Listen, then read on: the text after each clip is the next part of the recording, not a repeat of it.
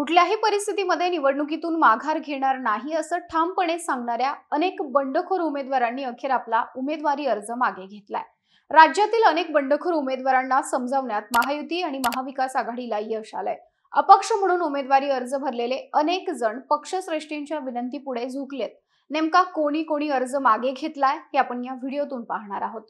नमस्कार, मी Madhuri Kumkar, for the people news मध्ये आपलं स्वागत। व्हिडिओला सुरुवात करण्यापूर्वी आपण चॅनलला सबस्क्राइब करा, लाईक व फॉलो जरूर करा। पोस्ट ग्रॅज्युएट डिग्री कोर्सच्या माध्यमातून परिपूर्ण राजकीय नेतृत्व घडवणारं आणि प्राध्यापक राहुल कराड यांच्या संकल्पनेतून साकारलेलं भारतातील पहिलं institute MIT school of government.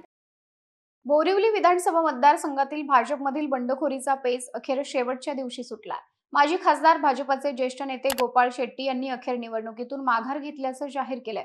Gopal Shetty यांचा बोरिवली मतदारसंघावर असलेला प्रभाव बघता भाजपा उमेदवार संजय उपाध्याय यांच्यासाठी ही लढाई चुरशीची झाली असती। या कारणाने गोपाळ शेट्टी यांची नाराजी दूर करण्यासाठी उपमुख्यमंत्री देवेंद्र फडणवीस, भाजपचे मुंबई शहर अध्यक्ष आशिष शेलार यांच्याकडून प्रयत्न करण्यात आले। हे प्रयत्न पुढे अपुरे पडत असताना दिल्लीतील पक्षश्रेष्ठींनी यामध्ये दखल घेतली।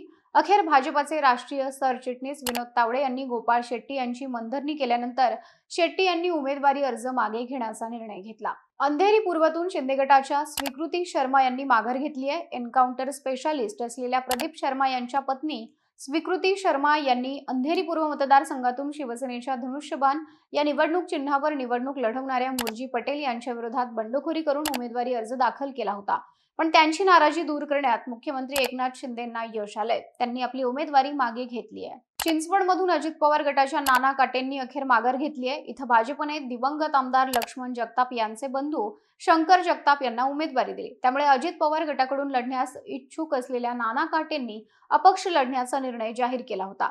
त्यामुळे महायुतीकडून लढत असलेले भाजपचे उमेदवार शंकर जगताप यांना धक्का बसण्याची चिन्ह होती, पण आता नाना काटे यांनी आपली तलवार मॅन करत शंकर जगताप यांना पाठिंबा दिलाय। भायखळा मतदारसंघातून काँग्रेसच्या मधु चव्हाण यांनी माघार घेतली आहे। पक्षानं उमेदवारी न दिल्यानं त्यांनी अपक्ष अर्ज दाखल केला होता। तर उदगीर मतदारसंघातून भाजपच्या विश्वजित गायकवाड यांनी माघार घेतली आहे। उदगीरची जागा राष्ट्रवादी काँग्रेस अजित पवार गटाला सुटल्यानं त्यांनी अपक्ष अर्ज दाखल केला होता, परंतु पक्षश्रेष्ठींचा आदेश मानून त्यांनी अर्ज मागे घेतलाय। तिकडे बुलढाण्यातून भाजपच्या विजयराज शिंदे यांनी माघार घेतली आहे। बुलढाण्याची जागा शिंदे गटाला गेल्यानं भाजपचे इच्छुक उमेदवार विजयराज शिंदे नाराज झाले। त्यांनी अपक्ष अर्ज दाखल केला होता, पण आता पक्षश्रेष्ठींच्या आदेशानं त्यांनी ही माघार घेतली आहे।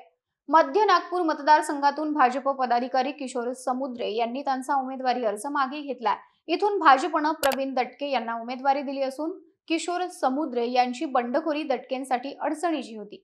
अखेरीस किशोर समुद्रे यांनी पक्ष नेत्यांचा आदेश ऐकून आपली उमेदवारी मागे घेतली आहे। बीडमधून अपक्ष अर्ज दाखल केलेल्या जयदत्त क्षीरसागर यांनी आपली उमेदवारी मागे घेतली आहे। क्षीरसागर यांचे दोन पुतणे एकमेकांविरोधात रिंगणामध्ये आहेत। शरद पवार गटाचे संदीप क्षीरसागर विरुद्ध अजित पवार गटाचे योगेश क्षीरसागर या चुलत भावांमध्ये लढत होणार आहे। बोईसरमधून शिवसेना शिंदे गटाच्या जगदीश धोडी यांनी माघार घेतली आहे। त्यांची नाराजी दूर करण्यात मुख्यमंत्री शिंदेंना यश आलंय।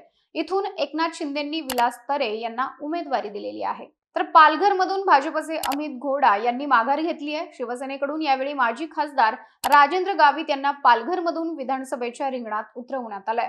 त्यामुळे भाजपचे इच्छुक उमेदवार अमित घोडा यांनी बंडखोरी करत गावित यांच्या विरोधात आपला उमेदवारी अर्ज दाखल केला होता, पण आता पक्ष नेतृत्वाकडून त्यांची मनधरणी करण्यात आली आहे। त्यांनी आपला अर्ज मागे घेतलाय। पूर्व नागपूर विधानसभा मतदारसंघातून काँग्रेस नेते व अपक्ष उमेदवार तानाजी वनवे यांनी त्यांची उमेदवारी मागे घेतली आहे। पूर्व नागपूर मतदारसंघ महाविकास आघाडीच्या जागा वाटपात राष्ट्रवादी काँग्रेस शरदचंद्र पवार पक्षाला गेल्यानंतर नाराज होऊन तानाजी वनवे यांनी उमेदवारी अर्ज भरला होता, मात्र पक्षश्रेष्ठींच्या निर्देशानंतर त्यांनी आपला उमेदवारी अर्ज मागे घेतलाय। देवळालीतून तनुजा घोलप यांनी आपला अपक्ष अर्ज मागे घेतलाय। माजी मंत्री बबनराव घोलप यांनी शिवसेना शिंदे गटाला जय महाराष्ट्र करत मशाल हाती घेतली, पण त्यांच्या कन्या तनुजा घोलप यांनी महायुती सोबतच राहणं पसंत केलं। महायुतीत देवळाली मतदारसंघ अजित पवार गटाला सुटला आणि इथं अजित पवारांनी विद्यमान आमदार सरोज अहिरे यांना तिकीट दिलं, तर महाविकास आघाडीत बबनराव घोलप यांचे पुत्र माजी आमदार योगेश घोलप यांना उमेदवारी दिली आहे। यानंतर बहीण तनुजा घोलप यांनी भावाविरोधात अपक्ष अर्ज भरला होता, आता त्यांनी देखील माघार घेतली आहे. शहादा तळोदा मतदारसंघातून काँग्रेसच्या सुहास नाईक यांनी माघार घेतली आहे. काँग्रेसने त्यांना तिकीट न दिल्यानं त्यांनी अपक्ष अर्ज दाखल केला होता, पण आता वरिष्ठांचा आदेश मानून त्यांनी एक पाऊल मागे घेतलंय. नंदुरबार मधून काँग्रेसच्या विश्वनाथ वळवी यांनी माघार घेतली आहे. अकोला मतदारसंघातून काँग्रेसच्या मदन भरगड यांनीही माघार घेतली आहे. तर श्रीरामपूर मधून शिवसेना शिंदे गटाच्या प्रशांत लोखंडे यांनीही आपला उमेदवारी अर्ज मागे घेतलाय. श्रीगोंद्यातून प्रतिभा पाचपुते, शेवगाव पाथर्डीतून गोकुळ दौंड, तर कोल्हापूर उत्तर मधून मधुरिमा राजे यांनी आपला उमेदवारी अर्ज मागे घेतलाय. काँग्रेसचे बंडखोर राजेश लाटकर यांनी अखेरपर्यंत माघार घेतली नाही, त्यामुळे मधुरिमा राजे यांनी अर्ज माघारी घेण्यास केवळ 10 मिनिटांचा अवधी राहिलेला असताना आपला अर्ज मागे घेतला. त्यामुळे या मतदारसंघात महाविकास आघाडीचा उमेदवारच नसेल, इथे महायुती विरुद्ध अपक्ष अशी थेट लढत होणार आहे. आता या सर्व बंडखोर उमेदवारांनी माघार घेतली असली तरी त्यांना काही ना काही आश्वासनं दिली गेली असतील. त्यामुळे पत्ता कट करण्यात आलेल्यांचं तसेच नाराजांचं राजकीय पुनर्वसन कसं केलं जाणार हे आगामी काळात आपल्याला कळेलच. तुम्हाला अर्ज माघारी घेतलेल्या या सर्व उमेदवारांविषयी काय वाटतं? तुमचं मत कमेंट करून सांगा. व्हिडिओ आवडल्यास लाईक करा आणि फॉर द पीपलला सबस्क्राईब, लाईक व फॉलो करायला विसरू नका.